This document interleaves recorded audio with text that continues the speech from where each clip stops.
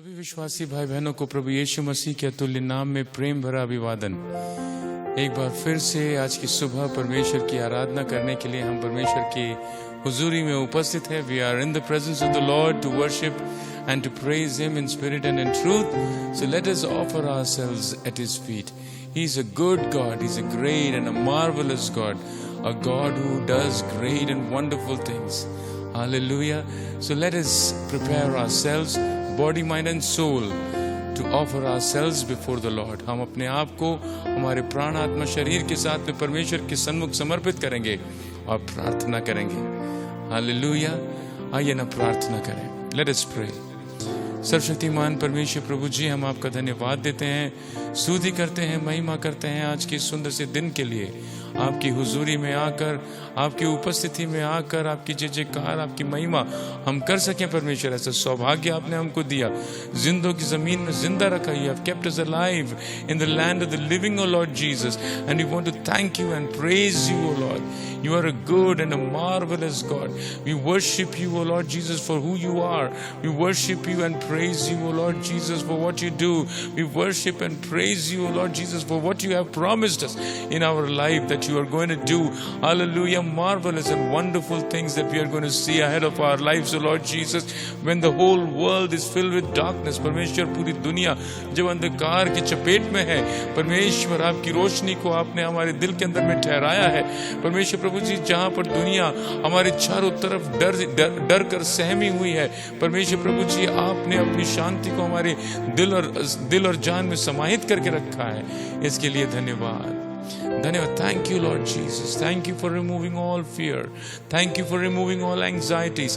Thank you for removing all aspersions, O Lord Jesus, with regards to our future. We just surrender. We just surrender. हम समर्पित करते हैं परमेश्वर। आपके नाम की महिमा हो, आपके नाम की स्तुति हो, और ये विनती प्रभु यीशु मसीह के नाम से मांगते हैं। सुनना और ग्रहण करना पिता, आमीन। हम लोग कुछ गीतों को गाकर परमेश्वर की आराधना उपासना करेंगे मिलकर। Hallelujah, praise the Lord. सभी को जय मसीह की। हालेलुया। आइए हम कुछ समय परमेश्वर की आराधना करें, उसकी महिमा करें, उसकी स्तुति जय जयकार करें। हालेलुया, क्योंकि वो महान और सर्वशक्तिमान परमेश्वर है। हालेलुया। वही हमें जीवन देता है, वही हमें रोशनी देता है, वही हमें सब कुछ देता है। तो आइए उस योग्य परमेश्वर की हम आराधना करें, उसके नाम को ऊंचा उठाएं। हालेलुया।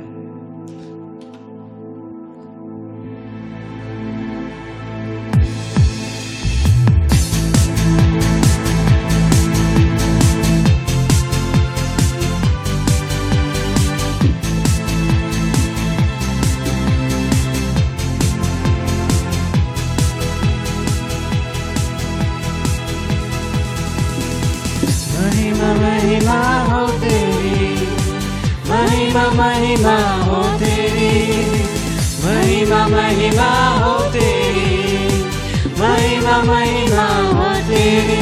यीशु तेरी महिमा गाते रहेंगे सदा। यीशु तेरी महिमा गाते रहेंगे सदा। महिमा महिमा हो तेरी, महिमा महिमा हो तेरी, महिमा महिमा हो तेरी, महिमा महिमा हो तेरी।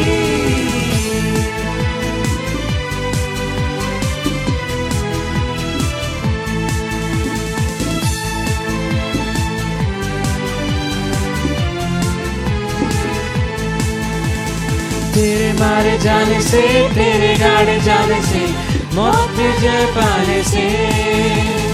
तेरे मारे जाने से, तेरे गाड़े जाने से, मौत पे जय पाने से हमको मिली है नई जिंदगी, हमको मिली है तुझसे शिफा। हमको मिली है नई जिंदगी, हमको मिली है तुझसे शिफा। महिमा महिमा हो तेरी, महिमा महिमा हो तेरी, महिमा महिमा हो तेरी, महिमा महिमा हो तेरी। यीशु तेरी महिमा गाते रहेंगे सदा। यीशु तेरी महिमा गाते रहेंगे सदा। तेरे लिए जिएंगे, तेरे लिए मरेंगे, तू है हमारा खुदा। तेरे लिए जिएंगे, तेरे लिए मरेंगे, तू है हमारा खुदा। तुझे ही बढ़ते जाएंगे, तेरे सिवा ही करेंगे। तुझमें ही बढ़ते जाएंगे, तेरे सिवा ही करेंगे। महिमा महिमा हो तेरी, महिमा महिमा हो तेरी, महिमा महिमा हो तेरी, महिमा महिमा हो तेरी। यीशु तेरी महिमा गाते रहेंगे सदा। यीशु तेरी महिमा गाते रहेंगे सदा। तेरी ही महिमा, तेरी ही स्तुति गाते रहेंगे सदा। तेरी ही महिमा, तेरी ही स्तुति गाते रहेंगे सदा। तू ही तो अल्फा ओमेगा है, तू ही तो सबका प्रभु है। तू ही तो अल्फा ओमेगा है, तू ही तो सबका प्रभु है। महिमा महिमा हो तेरी, महिमा महिमा हो तेरी, महिमा महिमा हो तेरी, महिमा महिमा हो तेरी।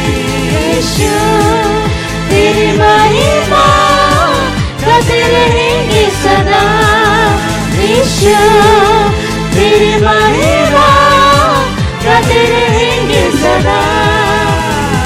महिमा महिमा हो तेरी, महिमा महिमा हो तेरी, महिमा महिमा हो तेरी, महिमा महिमा हो तेरी, महिमा महिमा हो तेरी, महिमा महिमा हो तेरी, महिमा महिमा हो तेरी, महिमा महिमा हो तेरी। हालेलुया। हमें उसे ही महिमा देना है, हमें उसी की आराधना करना, उसी की महिमा करना है। हालेलुया। सच में प्रभु हम तेरी महिमा करते हैं, हम तेरे नाम को ऊंचा उठाते हैं प्रभु। हालेलुया।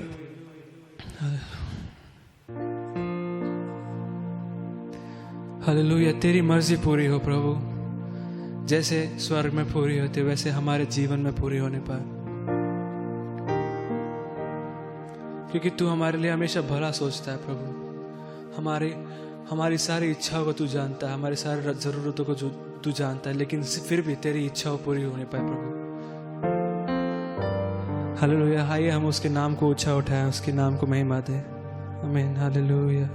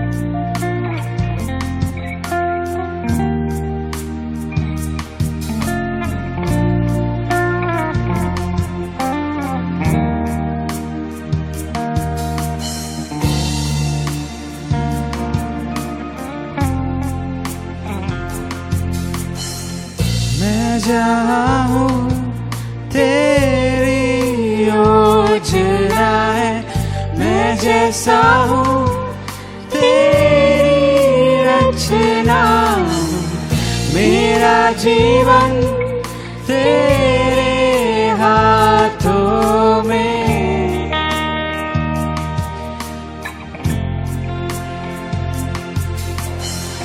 मैं जहाँ हूँ तेरी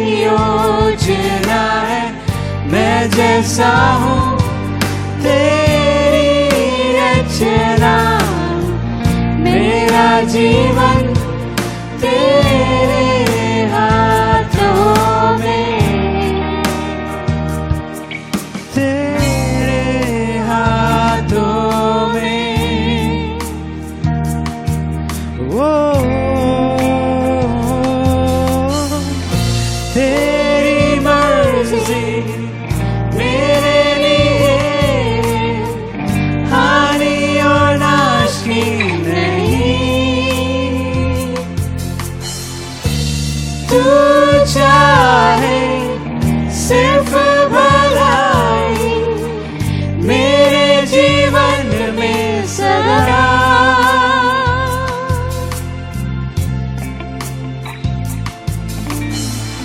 मैं हूँ अटल तेरे वादों पे, न कोई शस्त्र रोकेगा मुझे।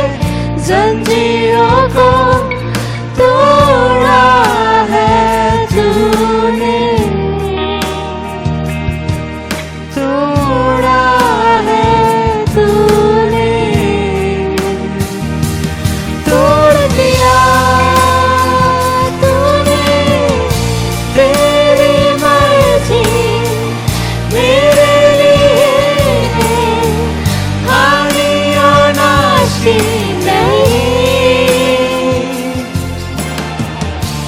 तू चाहे सिर्फ भलाई मेरे जीवन में सदा। तेरी मर्जी मेरे लिए हानि और नाश की नहीं। तू चाहे सिर्फ भलाई मेरे जीवन में सदा। सिर्फ भलाई है तेरी मर्जी, मेरी भलाई है तेरी मर्जी। तू मेरा खुदा, तू मेरा खुदा, पिता भी तू मेरा, बाहों में तेरे मैं रहूं सदा। तू मेरा खुदा, पिता भी तू मेरा, बाहों में तेरे मैं रहूं सदा। तू मेरा खुदा, पिता भी तू मेरा, बाहों में तेरे मैं रहूं सदा। तू मेरा खुदा, पिता भी तू मेरा, बाहों में तेरे मैं रहूं सदा। बाहों में तेरे, बाहों में तेरे। तेरी मर्जी मेरे लिए हानि और नाश की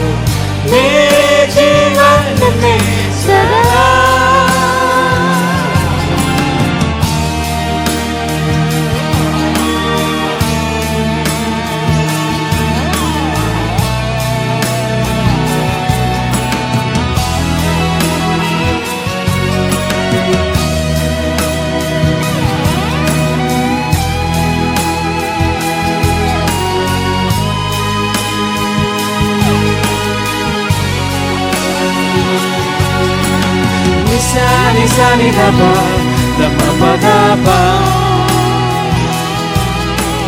Ni sa ni da pa da pa pa da pa. Ni sa ni da pa da pa pa da pa. Ni sa ni da pa da pa pa da pa. तेरी मर्जी मेरे लिए हानि और नाश की नहीं. तू चाहे सिर्फ भलाई मेरे जीवन में सदा.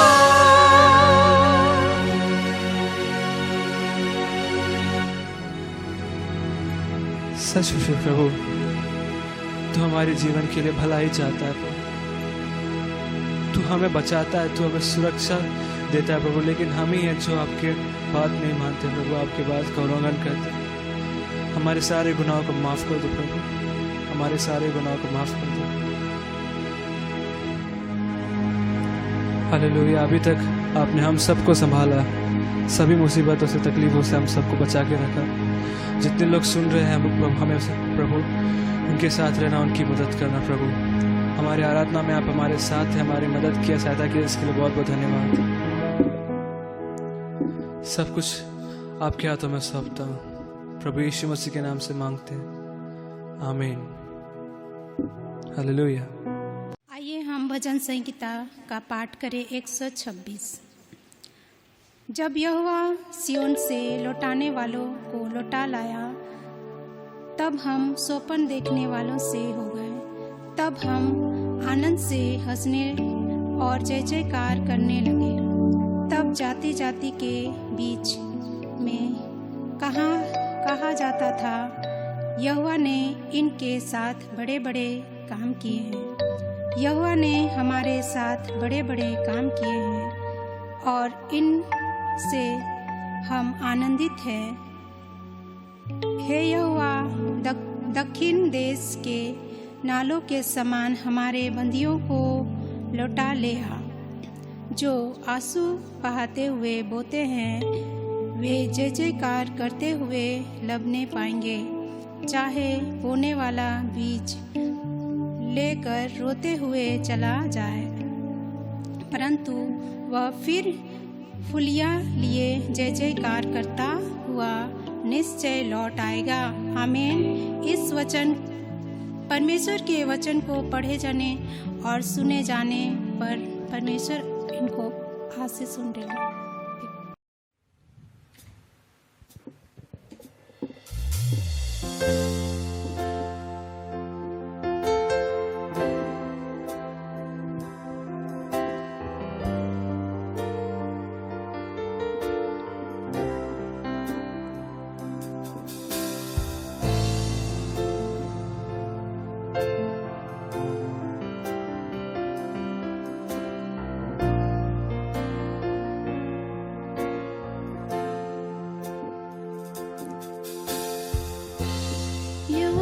Strength when I am weak, you are the treasure that I seek.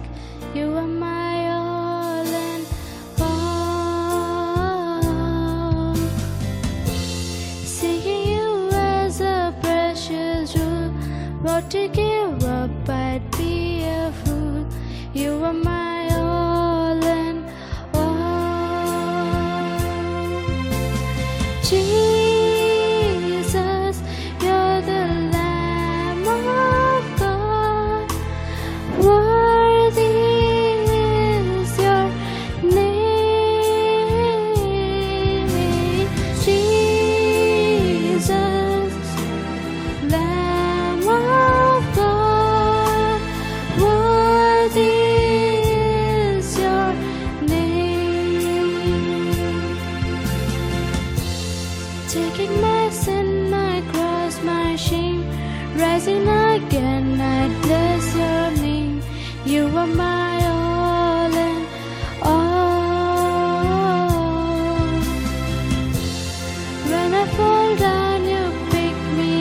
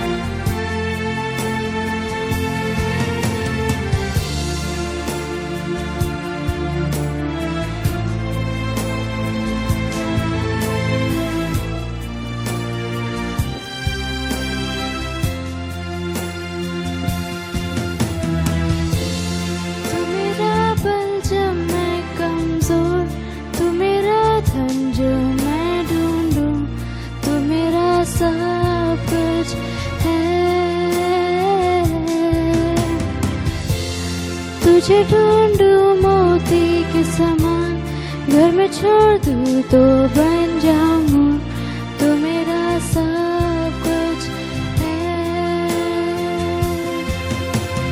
यीशु तू प्रभु का मेरा, योग्य तेरा नाम। यीशु तू प्रभु का मेरा, योग्य तेरा नाम। मेरे पाप क्रूस और शर्म लेकर उठकर तुझे फिर धन्य कहूँ, तू मेरा सब कुछ है। जब मैं गिरूं तू संभालता, जब मैं खाली तू भर देता, तू मेरा सब कुछ है। यीशु तू प्रभु का मेरा, योग्य तेरा नाम। यीशु तू प्रभु का मेरा, योग्य तेरा नाम। Jesus, Lamb of God, worthy is your name. Jesus, you're the Lamb of God, worthy is your name. Worthy is your name. Worthy is your name.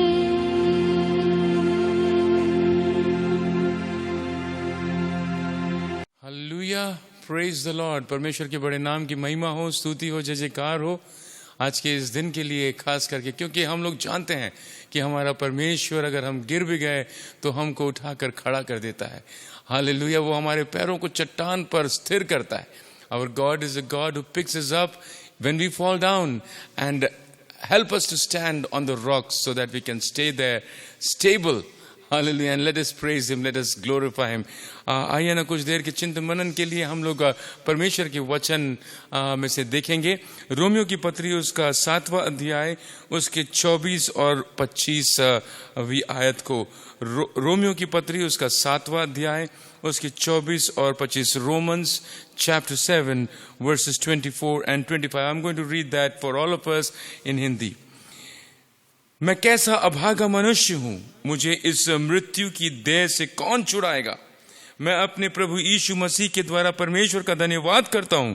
निदान मैं आप बुद्धि से तो परमेश्वर की व्यवस्था का, परंतु शरीर से पाप की व्यवस्था का सेवन करता हूं। हालेलुया, परमेश्वर अपने वचन के पढ़े जाने और सुने जाने पर आशीष ढूंढेले। May the Lord add his blessings to the reading and the hearing of the scripture. Hallelujah, परमेश्वर के दास पौलुस के द्वारा ये वंडरफुल, ये बहुत ही अद्भुत कथन, हालेलुया, यहाँ पर वो एक पुकार हम लोग देखते हैं जो पौलुस के मुख से निकलती है। मैं कैसा अभागा मनुष्य हूं, मैं कैसा अभागा मनुष्य हूं, मुझे इस मृत्यु की देह से कौन छुड़ाएगा, मुझे इस मृत्यु की देह से कौन छुड़ाएगा।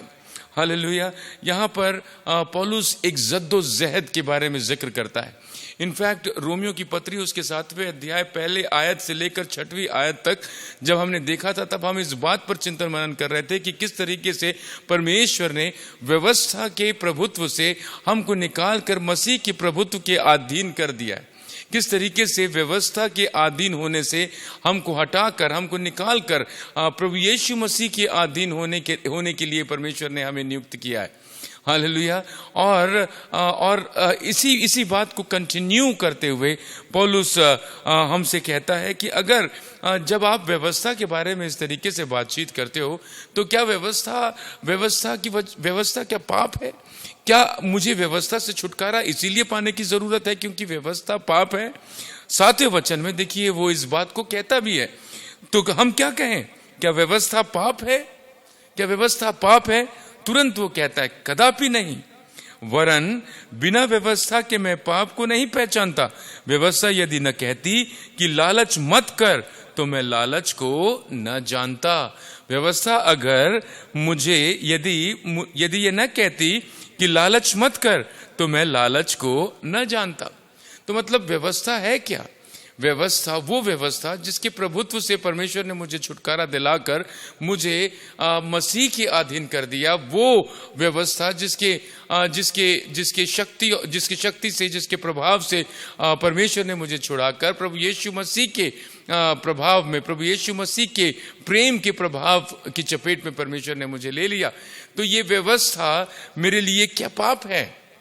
ये व्यवस्था से मुझे क्यों दूर भागना? ये व्यवस्था के बारे में मुझे क्यों नकारात्मक तरीके से सोचने की जरूरत है? यहाँ पर पौलुस बिल्कुल भी व्यवस्था को नकारात्मक तरीके से पेश करने की कोशिश नहीं करता है, क्योंकि जब वो नकारात्मक बात, जिस तरीके से वो व्यवस्था के बारे में कह रहा है, उस तरीके को अगर कोई सुने तो शायद उसके मन के अंदर में ये भावना आए कि व्यवस्था से मुझे छुटकारे की जरूरत क्यों है? व्यवस्था से मुझे छुटकारे की जरूरत क्यों? क्योंकि परमेश्वर के द्वारा दिया गया नियम कायदा कानून है और ये परमेश्वर के द्वारा स्थापित की गई आज्ञाएं हैं। तो फिर इसको मानने में मुझे क्या हर्जा, मुझे क्यों प्रॉब्लम है? लेकिन यहां पर पौलुस कहता है कि व्यवस्था पाप नहीं है। व्यवस्था पाप नहीं है। मुझे पाप की जानकारी व्यवस्था देता है, वो सारी चीजों की जानकारी व्यवस्था देता है जो परमेश्वर को नाखुश करती है। हालेलुया। और प्रॉब्लम यह है कि मेरे अंदर में एक ऐसी शक्ति है जो मुझे इस जानकारी की बदौलत पाप में गिराने के लिए तत्पर रहता है, पाप में गिराने के लिए तत्पर। और वो कोई और ताकत नहीं है, वो पाप की ताकत है। मेरे अंदर में एक दूसरा कानून दौड़ता है और वो पाप का कानून है। और वो पाप का कानून मुझे उस कार्य को जो व्यवस्था कहती है मत करो, करने पर आमादा कर देता है, करने पर मजबूर कर देता है। The law tells me not to do certain things, but the principle that is working within me, the principle of sin and death, what does it do? It forces me to do that what the law has forbidden me from doing. Hallelujah. That is the problem. That is the problem. That is the situation.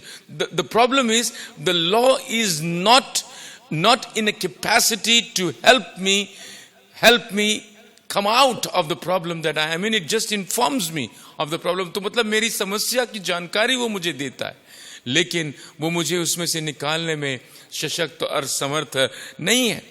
यहां पर 6वें वचन में देखिए किस तरीके से पौलुस कहता है, परंतु जिसके बंधन में हम थे उसके लिए मरकर अब व्यवस्था से ऐसे छूट गए कि लेख की पुरानी रीति पर नहीं वरन आत्मा की नई रीति पर सेवा करते। तो what is it that actually drives us now? अब हमें कौन सी ताकत चलाती है, कौन सी ऊर्जा चलाती है, कौन सा ईंधन है जो चलाता है, कौन सी ताकत है जिसके प्रभाव में हम अब आगे बढ़ते हैं? वो है पवित्र आत्मा। इसके बारे में हम 8वें अध्याय में पढ़ते हैं। लेकिन फिलहाल प्रभु में प्रियजनों, व्यवस्था के बारे में हम लोग समझने का प्रयास करते हैं। किसी भी बच्चे से अगर हम कहें कि बेटा आप इस चीज को इस तरीके से मत इस्तेमाल करिए, तो वो एक बार उसे इस्तेमाल करके देखने की कोशिश जरूर करता है। ऐसा क्यों करता है? ऐसा इसीलिए करता है क्योंकि उसके अंदर में उस तरह की प्रवृत्ति व्याप्त है, उस तरह की प्रवृत्ति व्याप्त है। मैंने कभी किसी से ऐसा कहते हुए सुना कि लोगों ने मुझसे कहा कि तुम ऐसा मत करो, तुम वैसा मत करो। मैंने उनसे कहा, भाई तुम लोग ये सारी जिंदगी जी चुके हो और उसके बाद में तुम हमको कहते हो कि मत करो मत करो, तो फिर मैं भी करके देखता हूं। और जब उसने करके देखा तो क्या हुआ? वो उसका गुलाम बन गया। मैंने बहुत सारे परिवारों के अंदर में देखा है कि पिताजी अपने बच्चों से कहते हैं कि बेटा ये सब गलत है, ये सब मत करो, लेकिन वो खुद वो करते हैं। और जब वो खुद वो करते हैं तो ये देखकर बेटा भी बोलता है, पापा जी आप तो कर रहे हैं, आपके लिए सब छूट है और हमारे लिए छूट नहीं है, तो हम भी एक बार करके देखते हैं। आजमाने की कोशिश की, पिताजी के सामने नहीं किए, दोस्तों के साथ में बैठकर किए, लेकिन क्या हुआ, हम उसके गुलाम बन गए। मालूम है कि ये चीज गलत है, शराब का सेवन गलत है, किसी भी तरह धूम्रपान का सेवन गलत है, और इस तरह की बुरी आदतों का सेवन गलत है, ये इंसान को मालूम है। उस पैकेट के अंदर में, उस बोतल पर लिखा भी है कि इसका सेवन आपकी सेहत के लिए हानिकारक है, लेकिन फिर भी हम क्या करते हैं, लेकिन फिर भी हम उसका सेवन करते हैं। क्यों करते हैं? क्योंकि हमारे अंदर में अनाज्ञाकारिता का एक सिद्धांत दौड़ रहा है। हालेलुया। आप लोगों को पता होगा, इतिहास के अंदर में सबसे खतरनाक और खौफनाक 2 दिन 6 अगस्त 1945 और 9 अगस्त 1945 दूसरे विश्व युद्ध की बात है। हिरोशिमा और नागासाकी नाम के इन शहरों पर अमेरिका ने एटम बम गिराया। करीब 3.5 लाख लोगों की मृत्यु हुई। जानते हैं, ये एटम बम जिसका इस्तेमाल लोगों को तबाह करने के लिए किया गया, इसका इस्तेमाल बहुत ही रचनात्मक तरीके से, बहुत ही क्रियान्वित तरीके से मनुष्य के उपयोग के लिए भी इस्तेमाल किया जा सकता है। इसका एक सकारात्मक पहलू भी है। वो कौन सा है पहलू? वो ये है कि उसके द्वारा जो ईंधन बनता है, वो ईंधन सबसे साफ सुथरा ईंधन है। उसके अंदर में कार्बन की मात्रा बिल्कुल भी नहीं है, जिससे हम अपने पृथ्वी को बचा कर रख सकते हैं। हम जितनी गाड़ियां चलाते हैं, उन गाड़ियों के अंदर से निकलने वाला धुआं जो है, वो धीरे धीरे धीरे धीरे पृथ्वी को खोखला करता चला जा रहा है। लेकिन न्यूक्लियर एनर्जी का इस्तेमाल अगर करें, एटॉमिक एनर्जी का इस्तेमाल अगर करें, और उसके अंदर से निकलने वाली एनर्जी का मतलब उसके अंदर से निकलने वाली ऊर्जा का इस्तेमाल कर हम उसको ईंधन स्वरूप इस्तेमाल करें, तो फिर बहुत ही साफ सुथरा ईंधन है। दूसरा, हम बिजली के उत्पादन के लिए इसका इस्तेमाल अमेरिका में किया जा रहा है। बिजली के उत्पादन के लिए इसका इस्तेमाल अमेरिका में किया जा रहा है। हमारे भारत में किस हद तक इसका इस्तेमाल किया जा रहा है, किस हद तक इसको एक्सप्लॉइट किया जा रहा है, मुझे इसकी जानकारी नहीं, क्योंकि मैं विज्ञान का विद्यार्थी नहीं हूं, मेरा क्षेत्र वाणिज्य है। लेकिन सूत्रों से जो मुझे प्राप्त है जानकारी, उस जानकारी को आपके सामने मैं रख रहा हूं। कहने का तात्पर्य ये कि इस एटॉमिक एनर्जी का नकारात्मक प्रभाव हमने देखा हिरोशिमा और नागासाकी।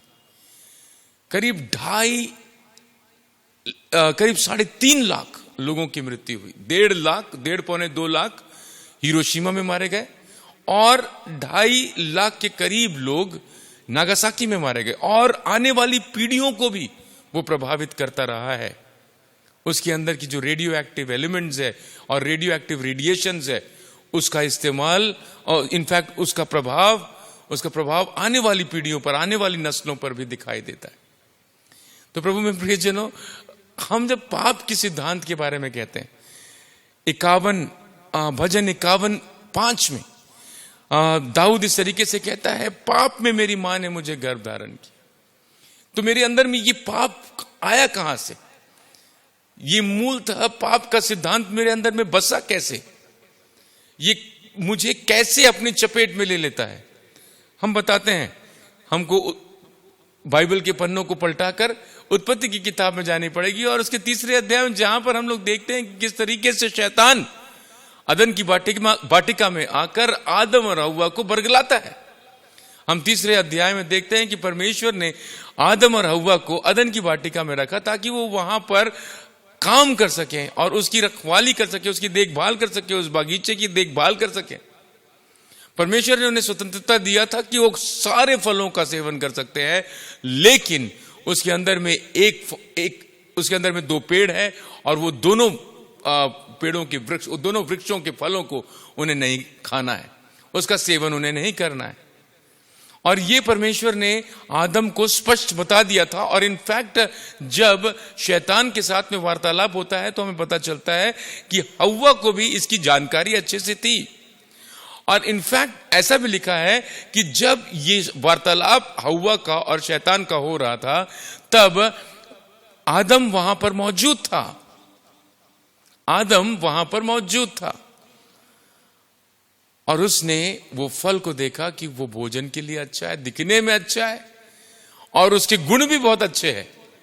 हालेलुया, उसके गुण भी बहुत अच्छे हैं, क्योंकि किसी ने कह दिया कि उसके गुण बहुत अच्छे हैं। दिखने में देखो कितना सुंदर है ना, खाने में भोजन के लिए इस्तेमाल किया जा सकता है, और इसकी खाने से गुण भी बहुत सारे हमको प्राप्त हो जाएंगे। और वो क्या करते हैं, वो परमेश्वर की आज्ञा का उल्लंघन करते हैं। प्रभु में प्रियजनों, हव्वा एक बाइट लेती है और फिर अपने पति को भी वो देती है। उस समय अगर आदम ने उसे समझा दिया होता, उस समय आदम ने अगर उसे कह दिया होता कि नहीं ये तो गलत है, ये तो गलत है, नहीं कर रहा, ये परमेश्वर ने हमको आज्ञा दी है कि हम सारे वृक्षों के फल को खा सकते हैं, लेकिन इस वृक्ष के फल को नहीं खाना है। प्रभु में प्रियजनों, मूलतः पाप का सिद्धांत हमारे भीतर और आने वाले वंश के अंदर में कैसे समाहित हुई, उस अनाज्ञाकारिता की वजह से। हम सब पापी, सबने पाप किया और परमेश्वर की महिमा से रहित सबने पाप किया, क्योंकि हम सब पाप के वातावरण में जीते हैं। हम सब शरीर की अभिलाषाओं के वातावरण में जीते हैं। हम सब ऐसे वातावरण में जीते हैं जहां पर प्रलोभन हमें अपनी तरफ आकर्षित करने के लिए, हमें अपनी तरफ रिझाने के लिए हम पर टूट पड़ता है।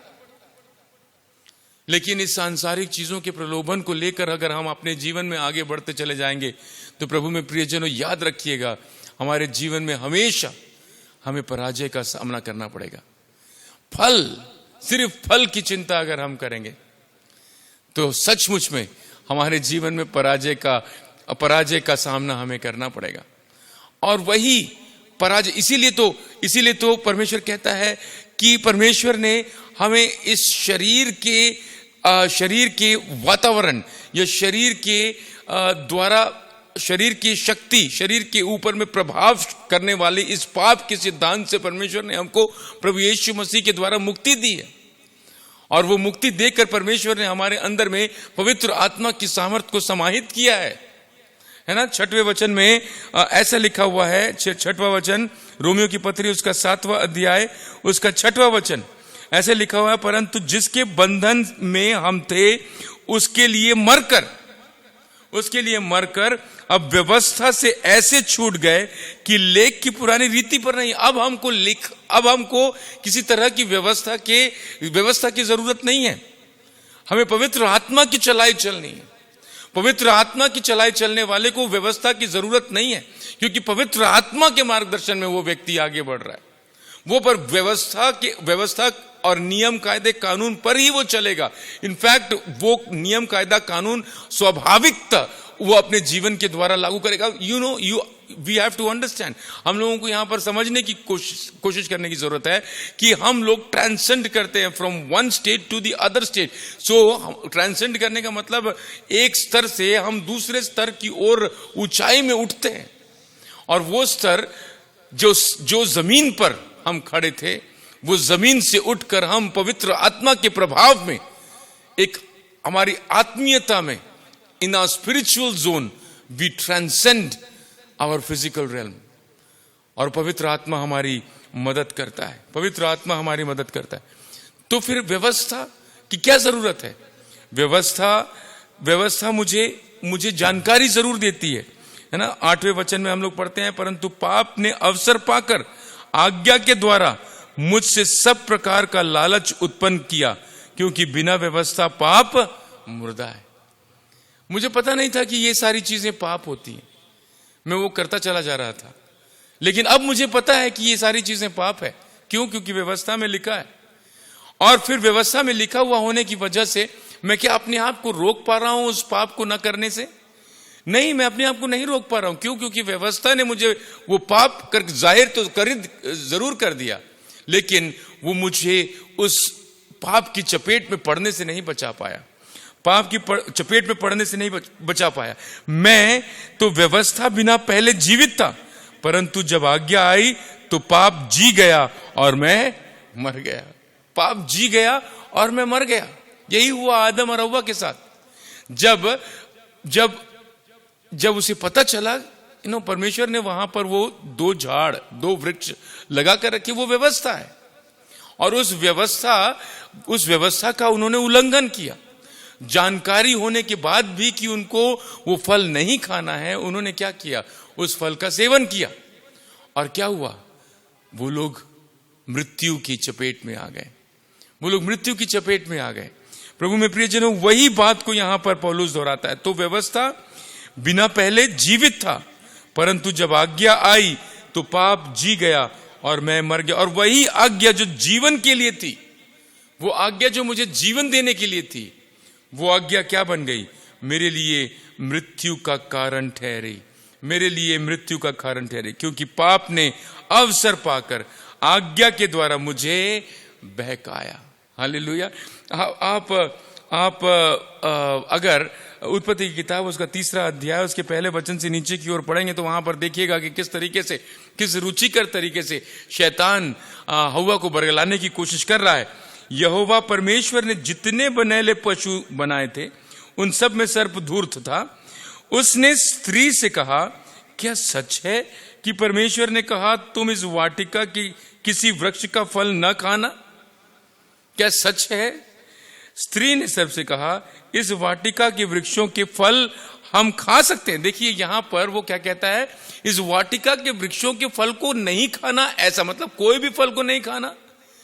वो किस तरीके से, किस धूर्त तरीके से, किस षड्यंत्रकारी तरीके से वो हव्वा के मन के अंदर में अपनी बात को बैठाने की कोशिश कर रहा है। वो परमेश्वर ने उसे हव्वा और आदम और हव्वा को सिर्फ उस बागीचे के बीच में लगे उन 2 वृक्षों का फल नहीं खाने के लिए कहा था। लेकिन शैतान को इसकी जानकारी होनी चाहिए। I think he has the information that Adam and Eve have been forbidden to eat from that tree, that particular tree in the center of the garden. But Adam is asking, Adam यहां पर क्या पूछ रहा है, शैतान यहां पर हव्वा से क्या पूछ रहा है, यहां पर पूछ रहा है बड़ी ही धूर्तता के साथ में, क्या सच है परमेश्वर ने कहा तुम इस वाटिका के किसी वृक्ष का फल नहीं खाना, किसी वृक्ष का फल नहीं खाना। Hallelujah. He is playing into the mind of the people. He is playing into the mind of the people. आज भी शैतान यही करता है। शैतान हमारे दिमाग को भरमाने की कोशिश करता है, अच्छी अच्छी बातें बताकर हमें फुसलाने की कोशिश करता है। वो हमें ऐसी जगह हरियाली दिखाने की कोशिश करता है जहां पर हमें मालूम है कि हमारा घात करने के लिए हमारे दुश्मन बैठे हुए हैं। यही हुआ लूत के साथ और अब्राहम के साथ। अब्राहम ने कहा, बेटा अब बहुत हुआ, आपस की लड़ाई को हम यहां पर रोकते हैं, अब तुम सोचो कि तुमको कहां जाना है। और ये लूत जो ये सोचकर अब्राहम के साथ में निकला था कि मैं अपने चाचा के साथ जाऊंगा और मैं आजीवन अपने चाचा के साथ में रहूंगा, लेकिन अब धन की अधिकाई, समृद्धि की वजह से और समृद्ध हो जाने की वजह से, याद रखिए वो समृद्ध क्यों हुआ, वो समृद्ध इसीलिए हुआ क्योंकि वो वाचाधारी अब्राहम के संग अपने सफर को तय कर रहा था। लेकिन यहां पर लूत जो है वो अब कोई प्रॉब्लम नहीं है उसको, he is ready to go independent. वो स्वतंत्र होकर अपने जीवन को जीने के काबिल हो गया है। और अब्राहम ने जब उससे कहा, बेटा तू चुन ले तेरे को किधर जाना है, और उसने वो हरी हरी चारागाह को चुन लिया। लेकिन हम देखते हैं कि क्या हुआ प्रभु में प्रियजनों, उसे वो छोड़कर बीड़ों की खाक छाननी पड़ी। जितना भी उसने बनाया था, जो कुछ भी उसने संजोया था, वो सब का सब वहां पर जलकर राख हो गया। और ऐसा ही होता है जब हम हरियालियों को जो शैतान हमारे सामने में लेकर आता है उसको देखते हैं और उसकी तरफ प्रलोभित हो जाते हैं, तो शैतान क्या करता है, शैतान हमें धर दबोचता है। परमेश्वर ने यहां पर कहा कि तुझे एक वृक्ष का फल नहीं खाना है, लेकिन यहां पर शैतान उससे पूछ रहा है, क्या परमेश्वर ने सचमुच में तुमको इस वाटिका के किसी भी वृक्ष का फल नहीं खाने के लिए कहा है? और फिर देखिए यहां पर लिखा हुआ है, स्त्री ने सर्प से कहा, इस वाटिका के वृक्षों के फल हम खा सकते हैं, पर जो वृक्ष वाटिका के बीच में है उसके फल के विषय में परमेश्वर ने कहा कि ना तो तुम उसको खाना और ना उसको छूना, नहीं तो मर जाओगे, नहीं तो मर जाओगे। तब सर्प ने स्त्री से कहा, तुम निश्चय न मरोगे। नहीं मरोगे, बिल्कुल नहीं मरोगे। गलत बात है ये। हालेलुया। और जिस अंदाज में उसने कहा था ना, काफी था हव्वा के लिए कि वो उसकी बात की चपेट में आ गई। जिस अंदाज में उसने कहा था। प्रभु में प्रियजनों, कभी कभी हमारे निकट कौन बैठा है ना, हम सब पाप के प्रभाव में जी रहे हैं। ये संसार पाप के प्रभाव में है। शैतान प्रभु यीशु मसीह को उस पहाड़ी की चोटी पर लेकर जाने के बाद में क्या कहता है, देखो ये सारी जगह का स्वामी मैं हूं, इन सारे लोगों पर राज मैं करता हूं। ऑब्वियसली वो अधिकार परमेश्वर ने उसे नहीं दिया है। परमेश्वर ने उसे सारे अधिकारों से वंचित किया है। परमेश्वर ने उसको सारे अधिकारों से मुक्त कर दिया है। वो उसके पास में कोई अधिकार नहीं है, लेकिन वो अधिकार हमने उसे दे दिया है, क्योंकि हम हमारे चाहतों के गुलाम है। प्रभु में प्रियजनों, हमें संसार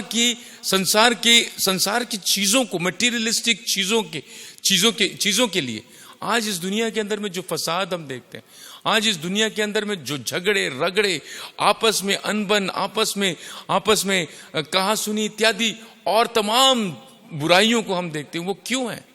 क्योंकि हमारे पास में जो है उससे हम संतुष्ट नहीं है, उससे हम संतृप्त नहीं है। हमको और चाहिए, और इस और चाहिए की होड़ में हम लोग दूसरों को नीचे करने की कोशिश करते हैं, दूसरों पर चढ़ने की कोशिश करते हैं, दूसरों को गलत साबित करने की कोशिश करते हैं। और इस प्रक्रिया में हम क्या करते हैं, एटम बॉम्ब गिराना प्रारंभ कर देते हैं। एटम बॉम्ब गिरा देते हैं। जिन संबंधों का इस्तेमाल हमें आपस में एक दूसरे के साथ में प्रेम व्यवहार कर बांटने और सुख शांति बनाए रखने के लिए करना चाहिए, हम उन संबंधों को आपस में एक दूसरे के साथ में नफरत उपजाने और झगड़ा रगड़ा करने के लिए समर्पित कर देते हैं। प्रभु में प्रियजनों, शैतान बड़े ही रोचक तरीके से हमें क्या करेगा, बरगलाएगा, है ना, बरगलाएगा, और वो हमें परमेश्वर के वचन से दूर लेकर जाएगा, परमेश्वर की आज्ञा से दूर लेकर जाएगा। और यही होता है, व्यवस्था हमें बचा नहीं पाती। परमेश्वर का नियम कायदा कानून परमेश्वर ने हमको देकर रखा है, पाप की जानकारी हमको उससे प्राप्त हो गई है, लेकिन परमेश्वर जानता है कि मैं और आप, हम इस शरीर में इस बंधन से मुक्त हो पाने में असमर्थ है। इसीलिए तो पौलुस कहता है ना, हम लोग आगे पढ़ेंगे रोमियो की पत्री उसका 7वां अध्याय उसका 10वां वचन से हम आगे पढ़ेंगे। और वही आज्ञा जो जीवन के लिए थी मेरे लिए क्या बन गई, मृत्यु का कारण ठहरी, क्योंकि पाप ने अवसर पाकर आज्ञा के द्वारा मुझे बहकाया। पाप ने, यहां पर पाप कौन है, यहां पर पाप शैतान है।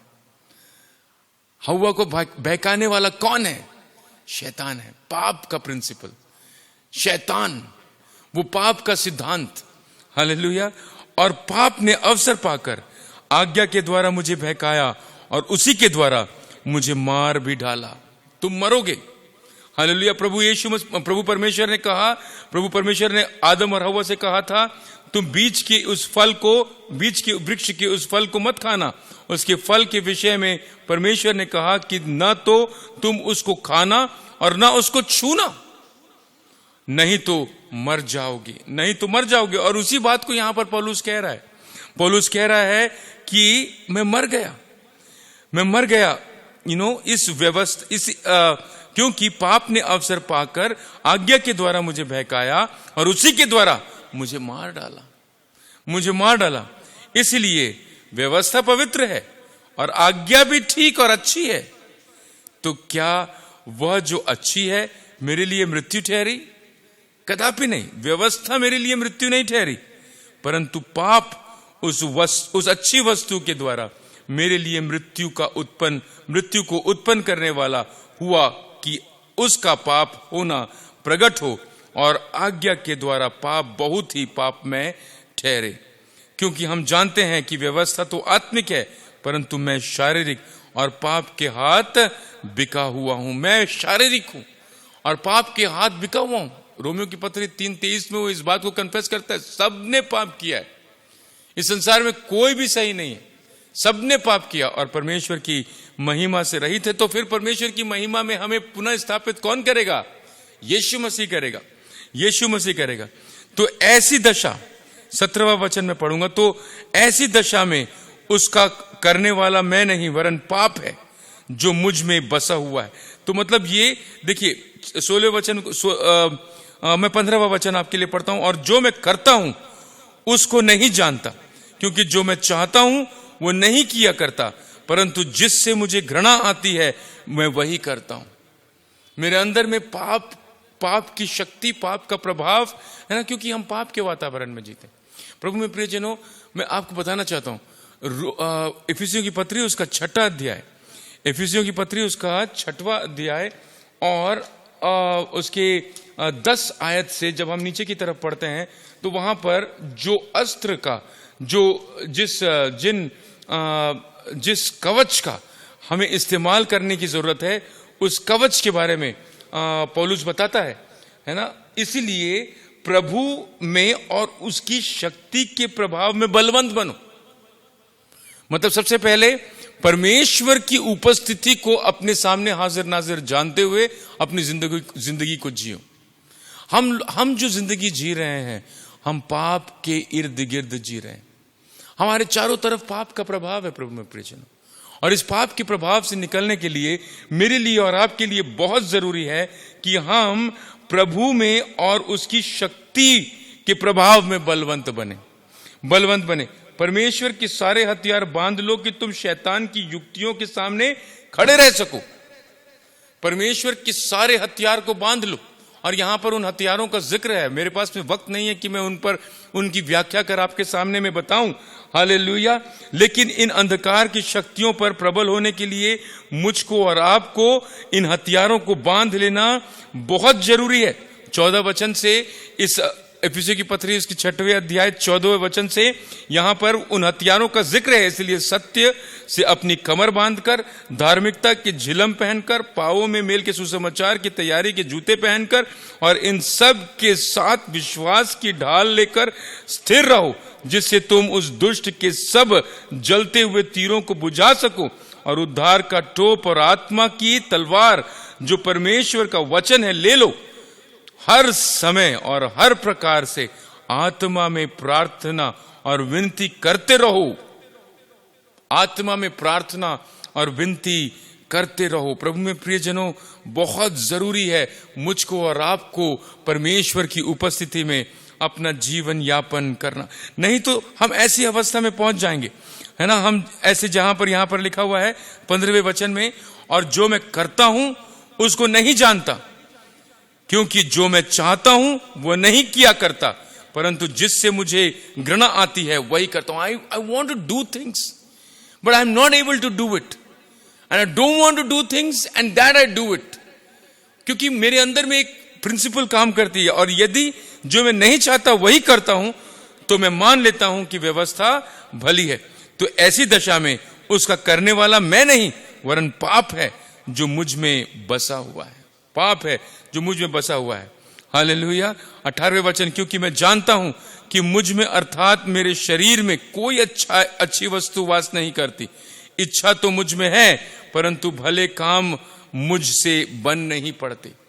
तो मैं अपने जीवन में भले काम नहीं कर पाता, वो काम नहीं कर पाता जो मैं करना चाहता हूं, जो व्यवस्था के अनुसार मुझे करना चाहिए। हालेलुया। परंतु मैं यदि वही करता हूं जिसकी इच्छा नहीं करता, तो उसका करने वाला मैं न रहा, परंतु पाप जो मुझ में बसा। मैं नहीं करना चाहता। मेरे दिमाग के अंदर में क्या करूं, मैं क्या करूं। ऐसे में वो जोर से चिल्लाकर वो कहता है, मैं कैसा अभागा मनुष्य हूं, मुझे इस मृत्यु की देह से कौन छुड़ाएगा।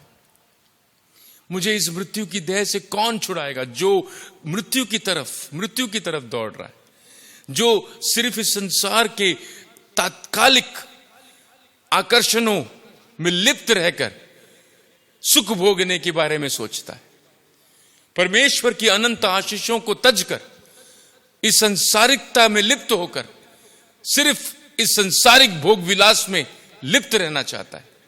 प्रभु में प्रियजनों, मेरे लिए और आपके लिए, हम सब के लिए यही एक बड़ा संघर्ष है। हम सब जिस परिप्रेक्ष्य में रहते हैं, उस परिप्रेक्ष्य में पाप है प्रभु में प्रियजनों। उस परिप्रेक्ष्य में पाप का प्रभाव है प्रभु में प्रियजनों। और ये पाप का प्रभाव प्रबल है।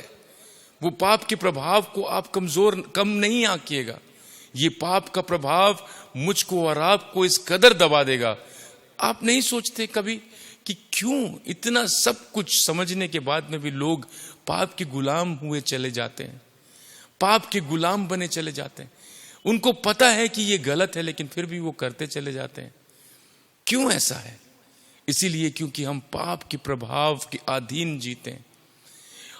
मुझको और आपको इस पाप के प्रभाव और पाप के प्रभाव के बंधन से छुटकारा प्राप्त करके इसमें से बाहर निकलने की जरूरत है। और जब हम बाहर निकलेंगे तो ही हम सुरक्षित रह पाएंगे। और बाहर निकालने के लिए हमारे अंदर में जो सामर्थ्य है वो कम है प्रभु में प्रियजनों। इसीलिए परमेश्वर हमें पवित्र आत्मा की शक्ति देता है। इसीलिए परमेश्वर हमें पवित्र आत्मा की शक्ति देता है।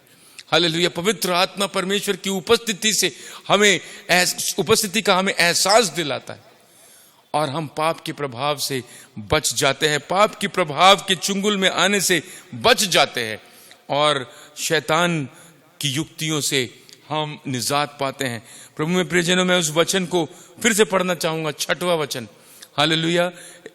रोमियो की पत्री उसका 7वां अध्याय 6वां वचन। परंतु जिसके बंधन में हम थे उसके लिए अब हम मर गए।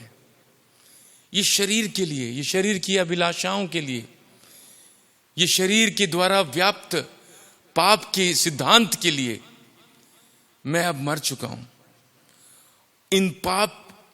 ये पाप से मुझे वाकिफ कौन कराता है? ये पाप से मुझे वाकिफ मेरा परमेश्वर कराता है व्यवस्था के द्वारा। लेकिन व्यवस्था में इतनी सामर्थ्य नहीं है, क्योंकि व्यवस्था सिर्फ मुझे जानकारी देने के लिए है। मुझे इसके अंदर से बाहर निकालने के लिए मेरे प्रभु यीशु मसीह ने 2000 साल पहले कलवरी क्रूस पर अपने हाथ को पसारा। जाने से पहले उसने अपने शिष्यों से कहा, तुम डरना मत, मैं कुछ पल के लिए तुमसे दूर हो जाऊंगा, लेकिन अगर मैं जाऊंगा तो मैं तुम्हारे लिए एक सहायक भेजूंगा। और वो सहायक पवित्र आत्मा है। पवित्र आत्मा है। ये 6वें वचन को मैं पढ़ना चाहता हूं। पर जिसके बंधन में हम थे उसके लिए मरकर अब व्यवस्था से ऐसे छूट गए कि लेख की पुरानी रीति पर नहीं वरन आत्मा की नई रीति पर सेवा करते हैं। वरन आत्मा की नई रीति पर सेवा करते हैं। प्रभु में प्रियजनों, 8वें अध्याय का जब हम अध्ययन करेंगे तो वहां पर आत्मा रूपी सिद्धांत, आत्मा रूपी ताकत, आत्मा रूपी प्रभाव, उसके द्वारा हमें जो हमारे जीवन के अंदर में जो फल उत्पन्न होते हैं उसके बारे में हम लोग जिक्र कर हम उसका अध्ययन और चिंतन मनन करेंगे। लेकिन इस वक्त क्या मैं और आप आज भी पाप की गुलामी में जी रहे हैं? क्या मैं और आप अभी भी सांसारिकता के आकर्षणों की तरफ हम लोग रिझते चले जा रहे हैं? उसकी तरफ हम आकर्षित होते चले जा रहे हैं। प्रभु में प्रियजनों, अगर हम शरीर में ही केवल परमेश्वर की आशीषों को प्राप्त करना चाहेंगे तो हम कभी भी परमेश्वर के अनंत सुख को अपने जीवन में अनुभव नहीं कर पाएंगे। हमें परमेश्वर के अनंत सुख को अपने जीवन में अनुभव करने के लिए पवित्र आत्मा की जरूरत है। हालेलुया।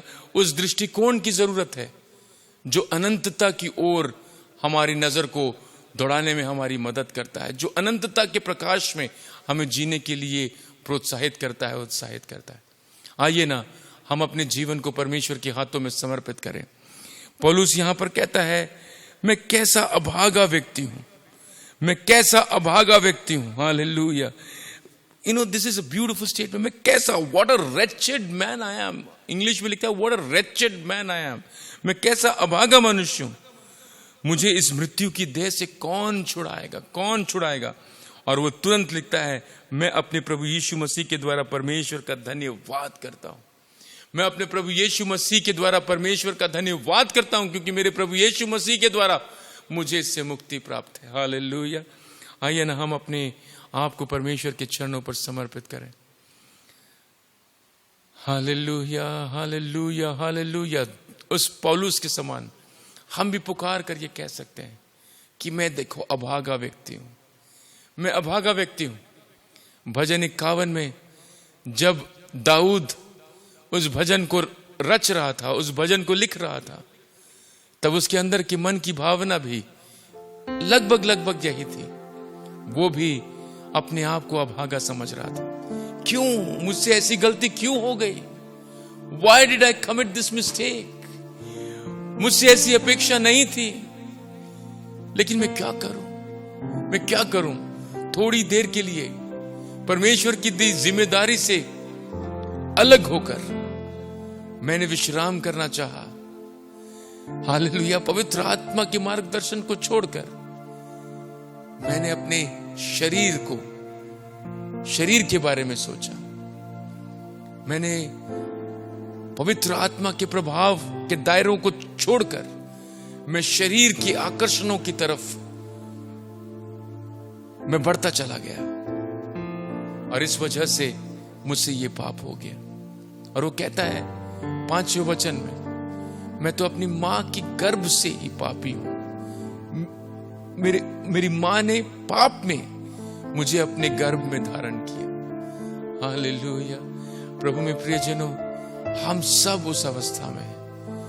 अगर हम शरीर की अभिलाषाओं के लिए अपनी जिंदगी को जाया कर रहे हैं, उन चीजों के पीछे दौड़ रहे हैं जो हमारे हाथ में हमेशा नहीं रहने वाली, चाहे वो कितनी ही अच्छी और कितनी ही आकर्षित क्यों ना दिखाई देती हो। हालेलुया। उसका प्रभाव, उसका असर क्षण भर के लिए रहता है, लेकिन हमारा परमेश्वर वो हमें अनंत काल लोक संतृप्त करने का वायदा करता है। आइए ना उसकी ओर हम बढ़े, उस पवित्र आत्मा के सामर्थ्य को अपने जीवन में समाहित करते हो हम आगे बढ़े, ताकि हम उस अनंतता में प्रभु यीशु मसीह के साथ प्रवेश कर सके। हालेलुया। जहां पर हमें पुनः स्थापित करने के लिए वो इस संसार में अवतरित हुआ। आइए ना हम प्रार्थना करें।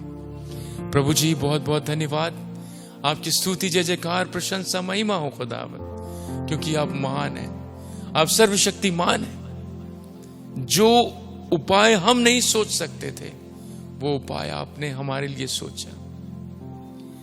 शैतान ने सोचा कि उसने सब कुछ अपने अधीन कर लिया, सब कुछ को अपने चपेट में ले लिया। जिस मृत्यु के लिए उसे ठहराया गया है, उस मृत्यु के लिए उसने परमेश्वर आपके सबसे उत्तम सृष्टि को भी मजबूर कर दिया। लेकिन परमेश्वर, आपने सही वक्त पर एक ऐसा जवाब शैतान को दिया जिसकी कल्पना भी उसने नहीं की।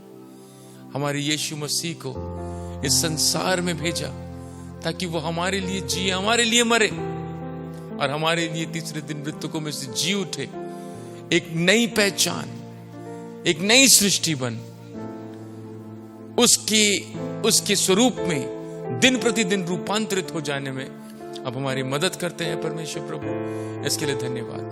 हमारे जीवन की कमियों को और घटियों को भी हम आपके हाथों में समर्पित कर देते हैं। हमें क्षमा करना परमेश्वर प्रभु जी, और आपके योग्य बनाना। सब बातों के द्वारा महिमा, जलाल और आदर आप ही को देते। जितने हमारे भाई बहन परमेश्वर प्रभु जी आज की इस आराधना में हमारे साथ, उन सबको आशीषित करना, अनुग्रहित करना। और ये प्रार्थना प्रभु यीशु मसीह के नाम से मांगते हैं, सुनना और ग्रहण करना पिता, आमीन। हमारे परमेश्वर पिता का प्रेम, प्रभु यीशु मसीह का अनुग्रह, पवित्र आत्मा की धन्य संगति, सहभागिता, हम जो जितने परमेश्वर के वचन को सुन रहे इस आराधना में शामिल सबको, और परमेश्वर के पीछे चलते हर परमेश्वर के ईमानदार दास के साथ प्रभु यीशु मसीह के दूसरे आगमन तक होती रहे। और हम सब मिलकर कहें आमीन और आमीन। परमेश्वर आप सबको आशीषित करे।